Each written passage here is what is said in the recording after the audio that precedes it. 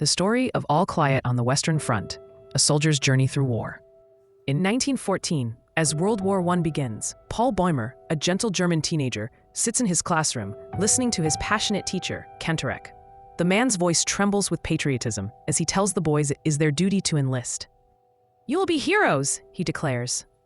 Filled with excitement, Paul and his friends, bright-eyed boys who once debated poetry and dreamed of futures as doctors, artists, and engineers, rush to sign up. They imagine war as a grand adventure, a chance to prove their bravery. But the moment they arrive at training camp, reality shatters their illusions. Under the brutal command of Corporal Himmelstoss, a cruel drill instructor, the boys endure endless marches, mud, and humiliation.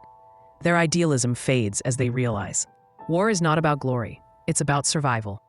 Finally sent to the Western Front, they crouch in trenches filled with rats, rotting food, and the stench of death.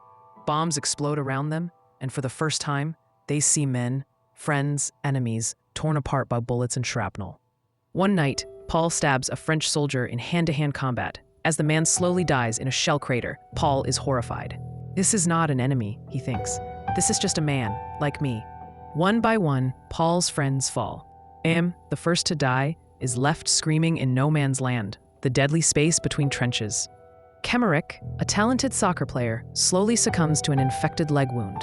His beautiful boots, once prized, are passed to another soldier. Kat, the wise older comrade who always found food, is killed by a stray bullet. Just weeks before the war ends, Paul feels himself growing numb.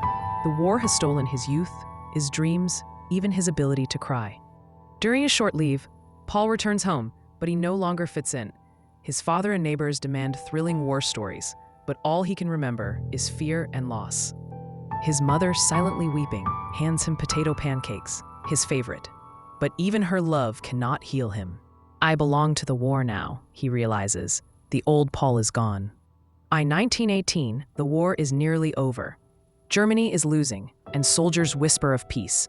But death does not stop. On a quiet October morning, with the front eerily calm, Paul reaches for a butterfly just beyond his trench.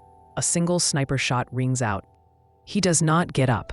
The official report reads, "All quiet on the Western Front." The war ends 1 week later. All's story is not unique. Millions of young men died for nothing.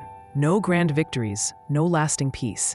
Just broken families and silent graves. The novel's last lines haunt us. He fell in October 1918. His face had an expression of calm, as though almost glad the end had come. War is not a video game. Real battles leave scars that never heal. Propaganda is dangerous. Leaders sometimes lie to make war seem noble. Peace is precious. Those who survive war often never truly come home. Discussion questions. Would you have enlisted like Paul? Why or why not? What would you miss most if you were stuck in a trench for years? Can war ever be necessary? When? Final thought. All Quiet on the Western Front is not just a war story. It is a warning, a plea to remember the human cost of violence. Because in the end, no one wins a war. Everyone loses.